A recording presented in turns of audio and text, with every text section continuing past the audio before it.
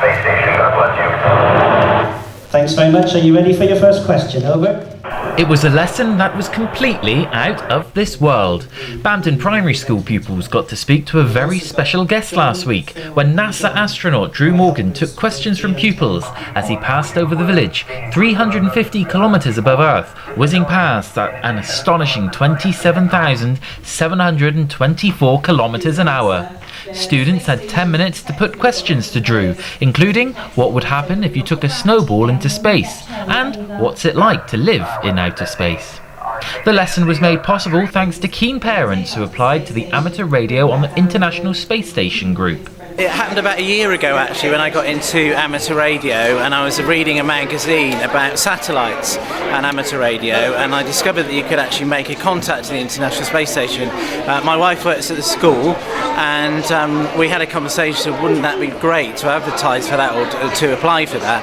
So we downloaded the form, and it needed to be in about 4 days later. We were on holiday at the time, so we rushed the form together, got it in, and about a month later Kieran, who ran the Contact Today, got in touch. And we've been in conversation ever since. Had a sort of pretty much an interview and discussed what the school could do, and you know all the projects around it, and the rest is history really. It's come together over the last year. Just how was it on the day then, to see it all come together? It's amazing really. I was saying I was almost in tears really, because two of my children asked questions, so it wasn't about that though, it was about the school and the wider thing, and the community as well, the fact that people were watching the Riverside Hall and lots of people at home, so it's a bit of a shared experience. But I can't deny my nerves are in shreds until we actually heard the astronaut. That moment and when they break through the static is just, you can't describe it. There's a limited number of these contacts that happen throughout the world, throughout the year. There's usually something like about 20 or so that would happen in Europe itself. So 1 or 2 for the UK every year is really lucky. And just how special is it for everyone involved? Well, hopefully you saw it on their faces, the listening, the intense listening they had for listening out for the astronaut to actually respond to the questions. Everyone is always sort of very intense and waiting for the answer to come through. As well as the contact, pupils have spent the term learning about space, with after-school Raspberry Pi and communication clubs formed as part of their development. Since we come back in September, everything we've done has been based around the topic, so it's been quite hard work to get this much done in a few weeks, but it definitely feels like it's been worth it now that it's actually happened. And today, you can see the excitement, the quiet, everyone really listening, concentrating, and I think the adults were taken in by it as much as the children as well. And it certainly seems like it's a subject which has really taken off with the pupils. It was actually really amazing. I never saw myself doing this. I really thought that it was just an amazing opportunity, and that I was chosen to speak to him. I was just in complete shock. It was brilliant speaking to listening to an astronaut on board the ISS. And what have you learned through speaking to an ISS astronaut? Lots of things really. It's very exciting, and I just never thought I'd do it, and I just learned a lot, and I'm just going to carry on learning about space. It's a lifetime opportunity to do it. Oh, it's amazing. I feel so happy I'm joining this school. And we'll leave you with that contact, played out in full. So have a listen to Drew and all the questions put to him by the pupils. Lewis Clark, Devon Live, Bampton. November Alpha 1 Sierra Sierra, this is Golf Bravo 4, Bravo Papa Sierra. Are you receiving? Over.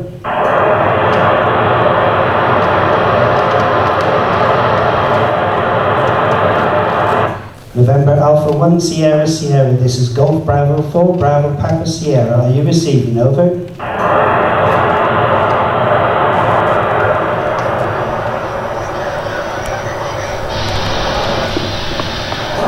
November Alpha 1 Sierra Sierra, this is Golf Bravo 4, Bravo Papa Sierra. Hello Drew, and welcome to the Bampton Primary School here in Devon in the United Kingdom.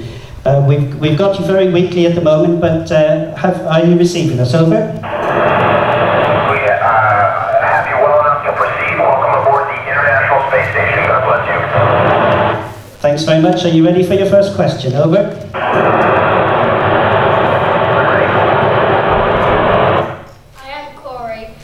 The International Space Station ever suffered any damage from a meteor strike? Over.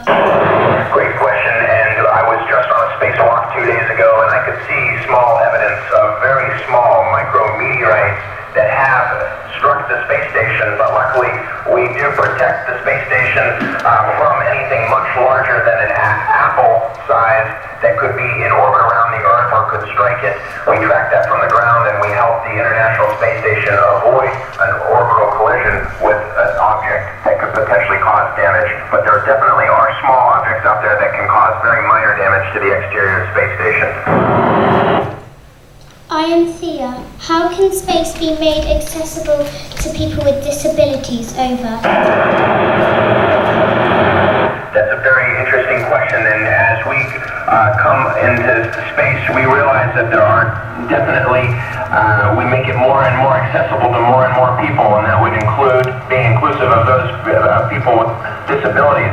In addition, some of the science and technology that we develop on board the International Space Station could help improve life for people who have disabilities living on Earth. I am Sophie. How long will it take you to get used to gravity again when you get home? Over.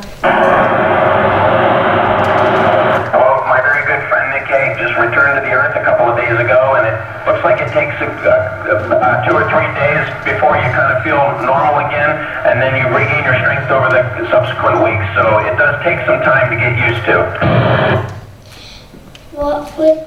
This is Jessie. What would happen if you took a snowball into space? Over.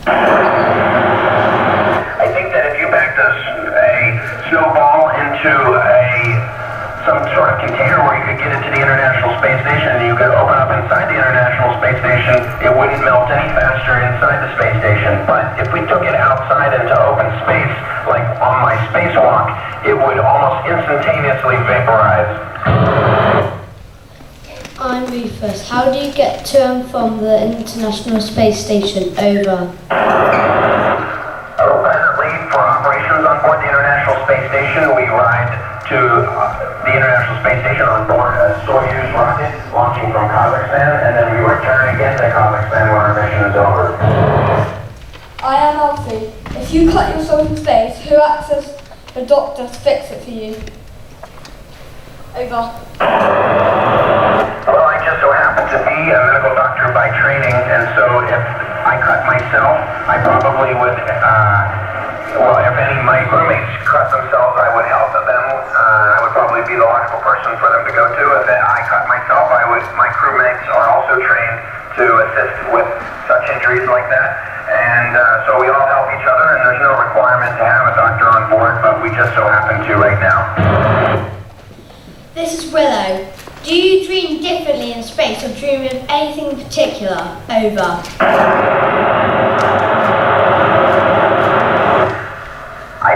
It seems like I dream like I do on Earth. Sleep is very good up here. It's very comfortable because your body doesn't require to move around without the absence of gravity. You don't as much as you do lying in a bed. For that reason, I sleep well and I sleep and dream normally. This is Jacob. If I kick a football in space, how far would it travel? Over. If we were in deep space, it would theoretically go on forever and ever. If you went outside of the space station and you kicked it, it would also take off in its own direction, but it basically would stay in orbit around the Earth, just like the International Space Station. I am Maya. When you were a child, did you want to go to space, and is there anything that disappointed you about it? Over. I definitely dreamed about going to space when I was a child. I also aspired and very much looked up to astronauts. And no, I'm not disappointed at all. I get to work with wonderful people, and we have a wonderful job up here on the space station, but also a wonderful job back on Earth representing our space agency, our country, and the International Space Station. This is Hetty. What does it feel like when you're in a rocket and you're about to get shot into space? Over. Well, as you can imagine, it's extremely exciting. receive years and years of training before we get to that point. So most astronauts describe themselves as very calm up to that point, and then when that rocket starts to accelerate and we feel the forces of that rocket faster and faster, we get very excited. Corey asking Oliver's question. If you could make one improvement to the International Space Station, what would it be over? Well, I think I would add another module. Having more and more space up here is always exciting. Right now it's about the size of a house that has about 5 bedrooms. So it's plenty of space for 6 people, but if we had more, it would be even more fun. This is Thea asking Nancy's question. The International Space Station travels at 5 miles per second. Can you feel it moving when travelling fast like you can on Earth? Actually, the only way that I would know that we were moving is when I look out the window and I see us traveling over the Earth. But if I don't look outside the window, the space station is extremely stable and there's no perception of motion at all. But in fact, we're traveling at 17,500 miles an hour. This is Sophie asking Evan's question. The International Space Station is so fast. How does it not crash into other satellites that are also in orbit? Over. Well, just like airplanes on the ground are helped by air traffic control to prevent them from colliding with one another, we have extensive ground teams that keep track of where satellites are and where the International Space Station is and make sure that they deconflict that at all times. And if we ever needed to perform a maneuver, we can fire thrusters and change our orbit slightly to avoid a collision. Well, this is Jessie asking Sorrel's question. Did you have any concerns looking back at Earth for the first time? Over. Well, certainly my first looking back at the Earth was no concerns in terms of I felt very, very happy to be looking back at my home planet. It's such a beautiful planet. But the concerns I do have is that when I do look down at the Earth, I can see evidence that we as human beings do have an impact on our planet that we can see from space. There's clear evidence when we look down at it. Rufus asking Macy's question. How many planets have you seen from the International Space Station? Over. Well, certainly the planet that we see best is Earth. It fills the windows that we look out. But we also see the Moon, which is a satellite, of course, of the Earth that we can see occasionally. But one of my crewmates was able to pull out binoculars, and we were able to look at Jupiter recently.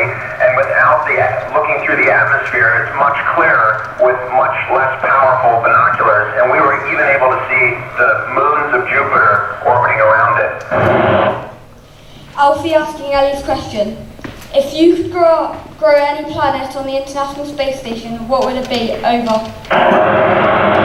Well, we are actually growing plants right now on board the International Space Station. We're growing mustard greens, and we would be interested in growing anything that we could potentially eat, which would be a very important capability for us to go deeper and deeper into space and eventually go on to the Moon and to Mars to provide fresh food for astronauts that are in space for a long period of time.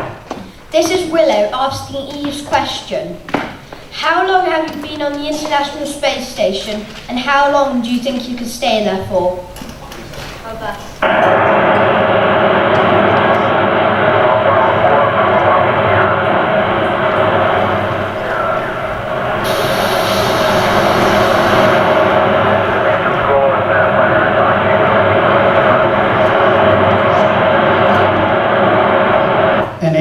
NA1SS, this is Golf Bravo 4, Bravo Papa Sierra. Thanks very much, Drew. Everyone here wants to say a big thank you.